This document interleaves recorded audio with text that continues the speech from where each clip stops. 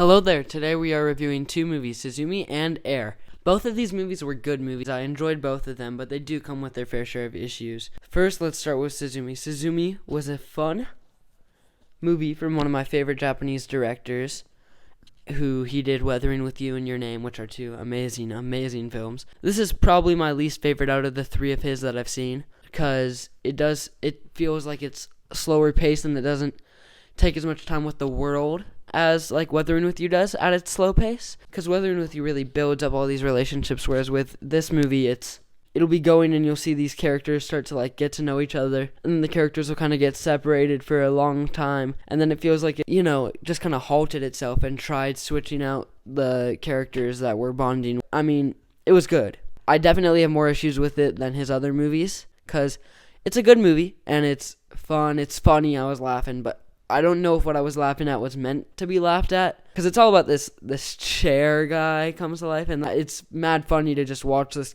chair run around, but I don't know if the chair was meant to be like the peak of comedy in the movie. If you like this director's other movies, go watch it right away, but this should not be the first movie of the director you see. Now, Air was epic. I love Ben Affleck. He's a great director. I mean, Ben Affleck, Matt Damon, Viola Davis. Viola Davis is just so good in this movie. And Matt Damon's great. Ben Affleck's great. The direction's really good for a movie that takes place in maybe 3 locations. I mean, this is the first movie that I've seen with my sister in a while that she hasn't fallen asleep during. So I think that says something when it's mainly people talking in business rooms. And I thought it was a really interesting story that kind of goes unknown today, because we all talk about Michael Jordan and we all talk about Jordans, but how did that come to be? And it really saved Nike. It's just a good movie. Like, I would recommend it to anyone who wears Jordans. If you want to see an action movie, don't go see Air. But if you like Jordans and you like basketball even, and good writing, because this movie has really good writing,